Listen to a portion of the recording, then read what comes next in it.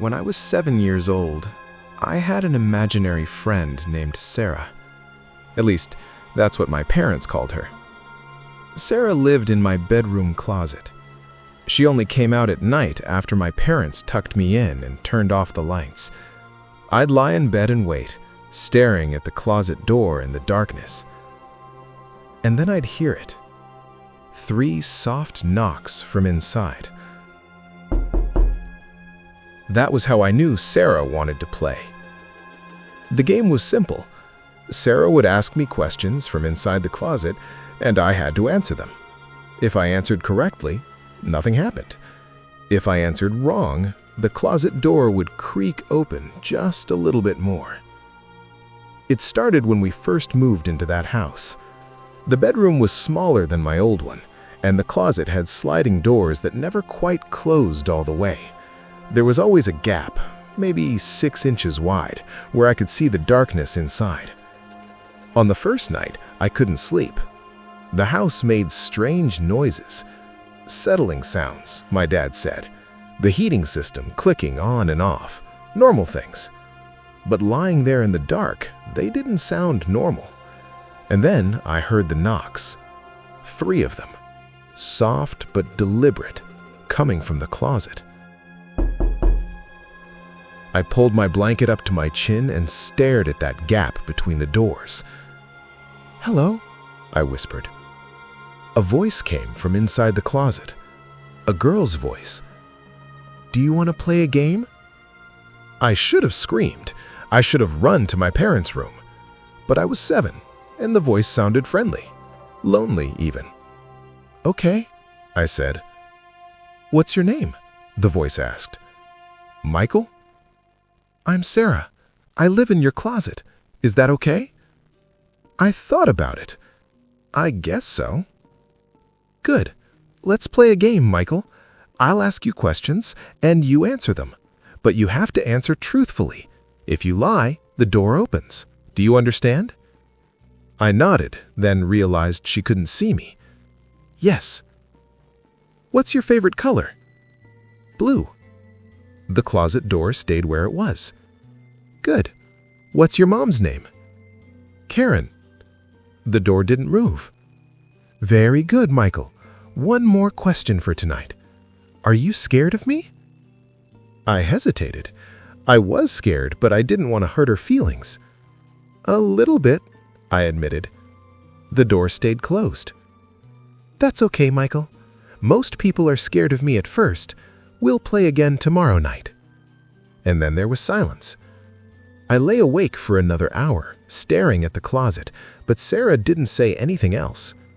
The next morning, I told my mom about Sarah. She smiled and ruffled my hair. "An imaginary friend? That's sweet, honey. What's she like?" "She lives in my closet. We play a game at night." My mom's smile didn't waver, but something changed in her eyes. "What kind of game?" "She asks me questions. If I answer truthfully, the door stays closed. If I lie, it opens." My mom exchanged a look with my dad. "That sounds like a fun game," she said carefully. "But maybe you should try to get some sleep at night instead of playing games, okay?" I nodded, but I knew I'd play again that night. I wanted to. Something about Sarah made me curious. That night, the 3 knocks came right on schedule. "Hello, Michael." "Hi, Sarah. Ready to play?" "Yes." "What's your teacher's name?" "Mrs. Rodriguez." The door stayed closed. "Do you have any brothers or sisters?" "No, I'm an only child." The door stayed closed. "Last question for tonight. Do you think I'm real?" I paused. I didn't know how to answer that. If I said no, would that hurt her feelings? But if I said yes, was I lying? "I think so," I said finally. The door creaked open, just an inch. My heart started pounding. "That was a lie, Michael," Sarah said softly. "You don't think I'm real. You think I'm imaginary." "I'm sorry," I whispered. It's okay, but now the door is open a little more. If you lie again, it opens more, and if it opens all the way—" She didn't finish the sentence. "What happens if it opens all the way?" I asked. "Let's not find out. Good night, Michael." I stared at the closet for a long time. The gap between the doors was wider now, maybe 8 inches instead of 6. I could see more of the darkness inside. The game continued every night for 2 weeks. Sarah would ask 3 questions, and I would answer as truthfully as I could. Most nights, the door stayed where it was, but a few times, when I hesitated or tried to give an answer I thought she wanted to hear instead of the truth, the door would creak open another inch. By the end of the 2nd week, the gap was almost a foot wide. I could see shapes in the darkness, hanging clothes, boxes on the floor, and something else, something standing in the back corner. "Michael," my mom said one morning at breakfast, "Dad and I have been talking. We think maybe you're getting a little too attached to your imaginary friend." "Sarah's not imaginary," I said. My mom sighed. "Honey, there's no one in your closet. It's just your imagination. You're a creative kid, and that's wonderful, but she asks me questions every night. If I lie, the door opens." My dad set down his coffee cup. "Michael, I want you to listen to me. There is no girl in your closet. Do you understand?" I looked down at my cereal. "Yes, sir." But I knew they were wrong. That night, the 3 knocks came again. "Hello, Michael." "Hi, Sarah. Your parents don't believe I'm real, do they?" I didn't answer. "Michael, you have to answer truthfully." "No," I said quietly. "They don't believe you're real. Do you believe I'm real?" I thought about the question carefully. "Yes," I said. The door stayed closed. "Good, because I am real, Michael. I've always been real, and I've been waiting in this closet for a very long time." "Waiting for what?" "Because I'm lonely, Michael, and because the door is almost opened.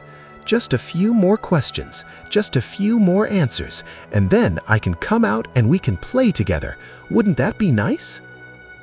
I didn't think that would be nice at all. "I don't want to play anymore." There was a long silence. "You have to play, Michael. We started the game. We have to finish it." "No." The closet door slammed open, all the way. I screamed. The darkness inside the closet seemed to spill out into the room, and I saw her. Sarah. She was tall, too tall. Her arms were too long, and her fingers were too thin, and her face. My parents burst into the room and turned on the light. The closet was empty. Just clothes and boxes. No Sarah. My dad checked inside while my mom helped me. "There's nothing here, buddy," he said. "Just a bad dream." But I knew what I'd seen. The next day, my dad removed the closet doors entirely and installed a curtain instead. "There, no more scary closet, okay?" I nodded, but that night, I heard them again. 3 soft knocks. Coming from behind the curtain. "Michael," Sarah whispered, "the door is open now. I can come out whenever I want, but I'll give you one more chance, one more question. If you answer truthfully, I leave you alone forever. If you lie—" "What's the question?" I asked, my voice shaking. "Do you want me to leave?" I knew the truth. I knew what I had to say. "Yes," I whispered. Silence. And then, so quietly I almost didn't hear it. "Liar." The curtain moved. I squeezed my eyes shut and didn't open them until morning. We moved out of that house 3 months later. My parents never said why, but I noticed my mom had dark circles under her eyes, like she wasn't sleeping. And sometimes, late at night, I'd hear them and my dad talking in worried whispers. I never told them that I still heard the knocks. 3 soft knocks, every night, no matter where we lived. I'm 32 years old now. I live alone, and I still hear them. Last week, I bought a new apartment. When I opened the bedroom closet for the first time, I found something written on the back wall in black marker. "Hello, Michael. Ready to finish our game?" I haven't slept in 3 days.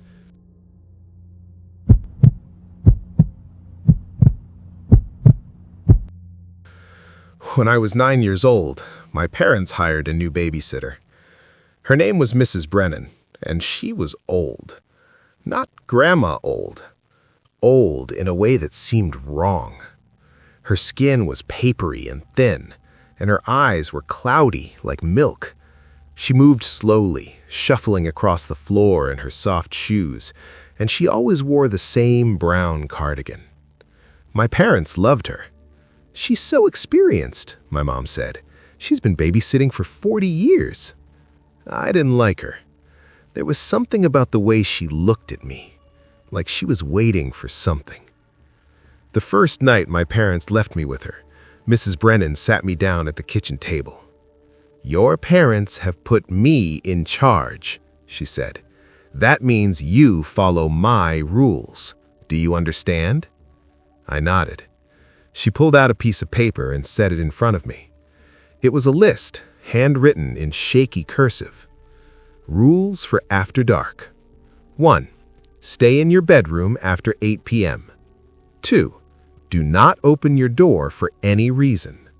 3. If you hear knocking, do not answer. 4. If you hear voices, do not respond. 5. If you hear footsteps in the hallway, stay quiet. 6. Do not look under your bed. 7. Do not look in your closet. 8. If you see someone in your room, close your eyes and count to 100. 9. Do not leave your bedroom until morning. 10. If you break any of these rules, you're on your own. I stared at the list. "I don't understand," I said. Mrs. Brennan folded her hands on the table. "You don't need to understand. You just need to follow the rules. Can you do that?" "What happens if I break them?" Her cloudy eyes fixed on me. "Let's hope you don't find out." At 8 p.m., she walked me to my bedroom. "Remember the rules. No matter what you hear, no matter what you see, stay in this room until morning." She closed the door. I heard her footsteps shuffle away down the hallway.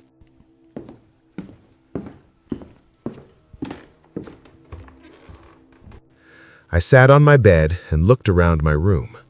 It was the same as always. My toys on the shelves, my desk in the corner, my closet door closed. Nothing scary about it. But as the minutes passed, the house got quieter. Too quiet. I couldn't hear the TV downstairs. I couldn't hear Mrs. Brennan moving around. I couldn't hear anything. At 8:30, I heard the first knock. 3 soft taps on my bedroom door. I remembered the rules. Do not answer. The knocking came again. Louder this time. I stayed on my bed, hugging my knees to my chest. "Hello?" a voice called from the hallway. It sounded like my mom. "Honey, can you open the door? I forgot something." I almost got up.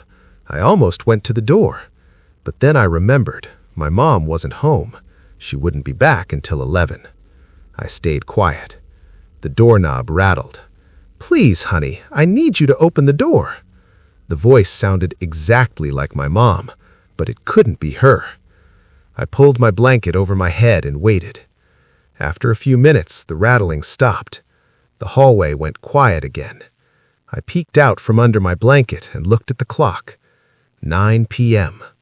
2 more hours. At 9:15, I heard footsteps in the hallway.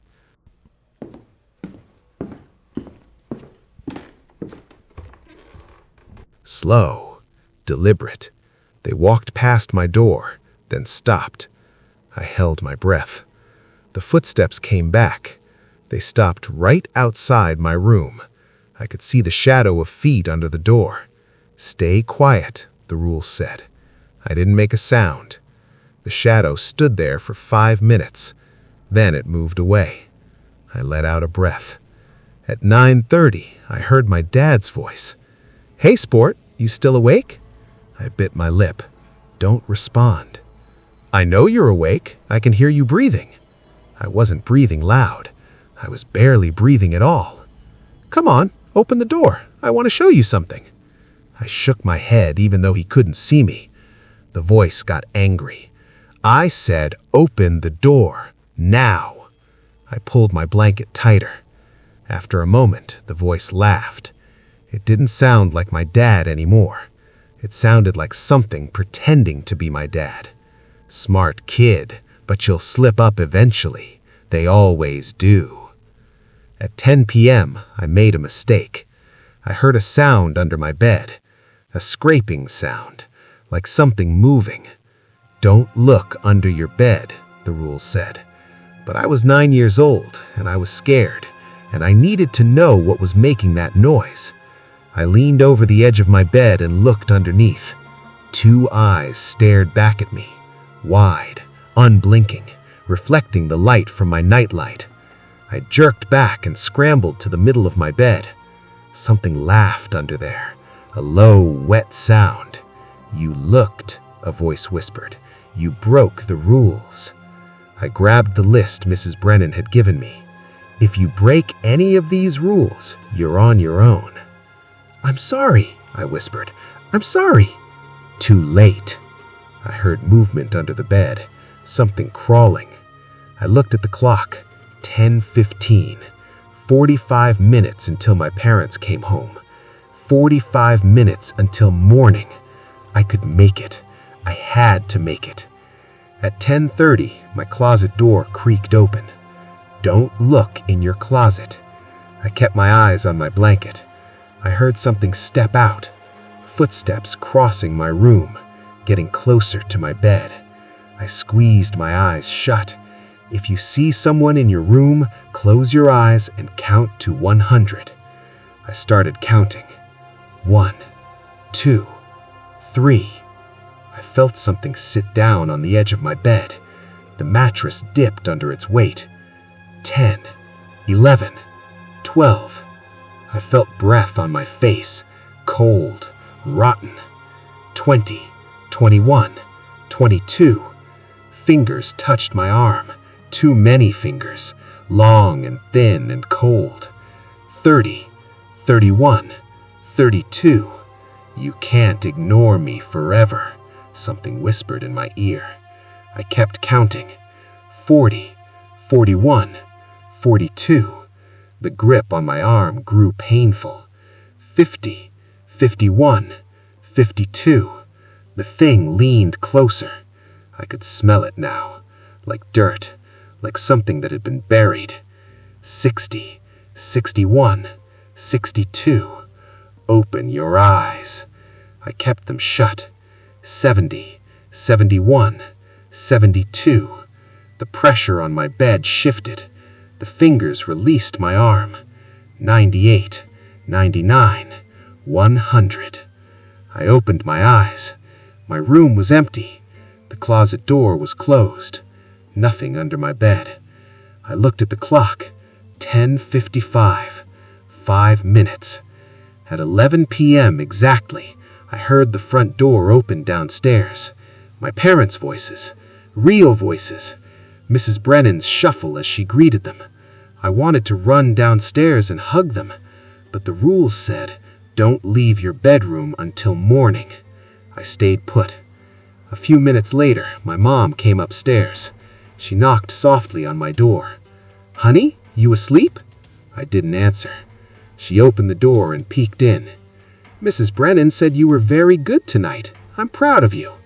She closed the door. I lay awake until the sun came up. When morning finally arrived, I went downstairs. Mrs. Brennan was sitting at the kitchen table, drinking tea.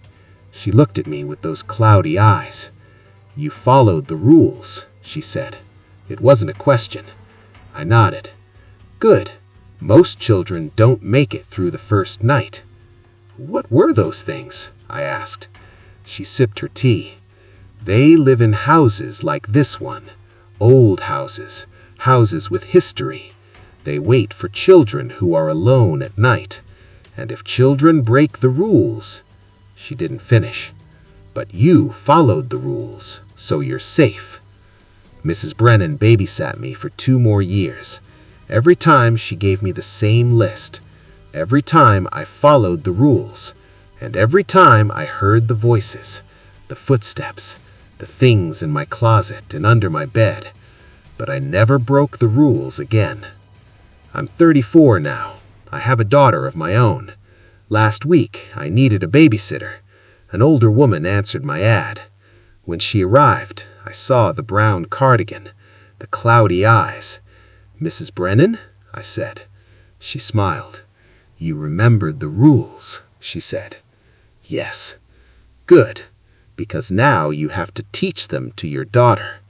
She handed me a piece of paper. The same list, handwritten in shaky cursive. Rules for after dark. My daughter is 7 years old. Tonight is her first night alone with Mrs. Brennan. I gave her the list. I told her to follow the rules, no matter what. I just hope she listens better than I did.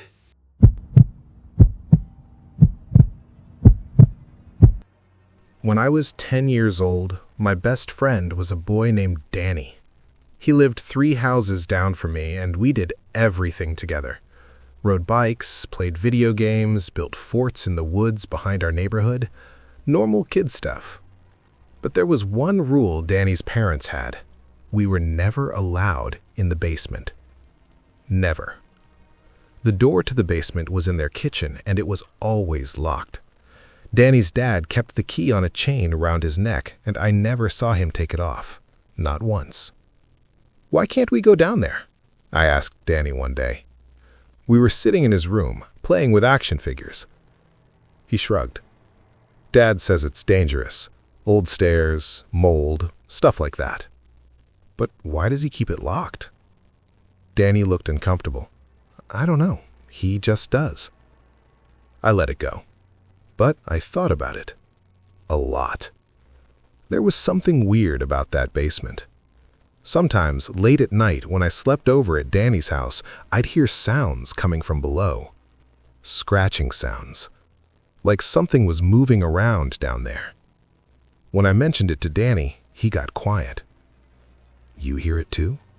he asked. I nodded. "My dad says it's rats. Old house, they get in through cracks in the foundation." But it didn't sound like rats to me. It sounded bigger. One Saturday afternoon, Danny's parents went out.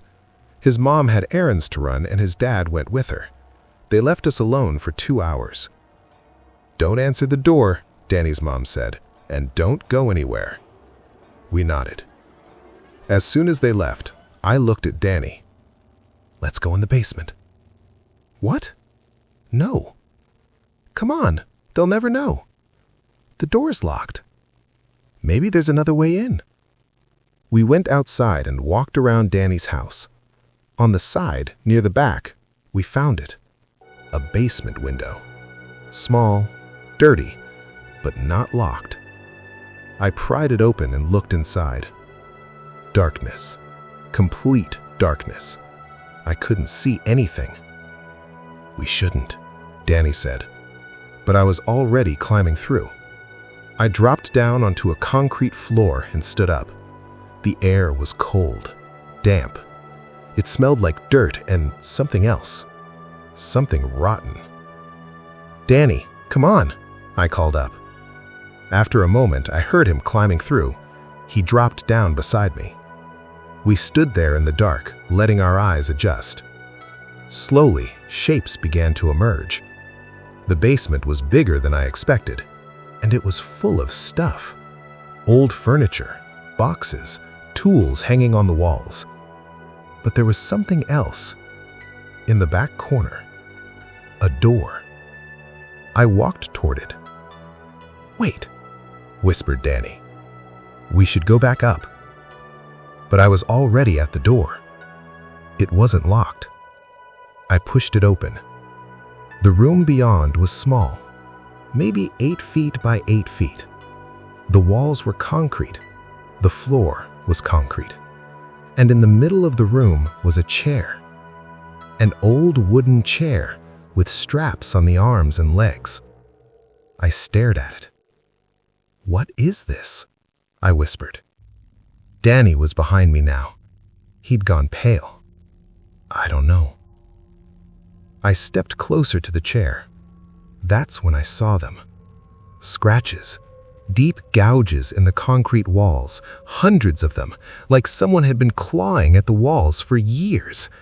And on the floor, near the chair, dark stains. My stomach turned. "We need to leave, now," Danny said. But before I could move, I heard something. Footsteps. Upstairs. In the kitchen. Danny's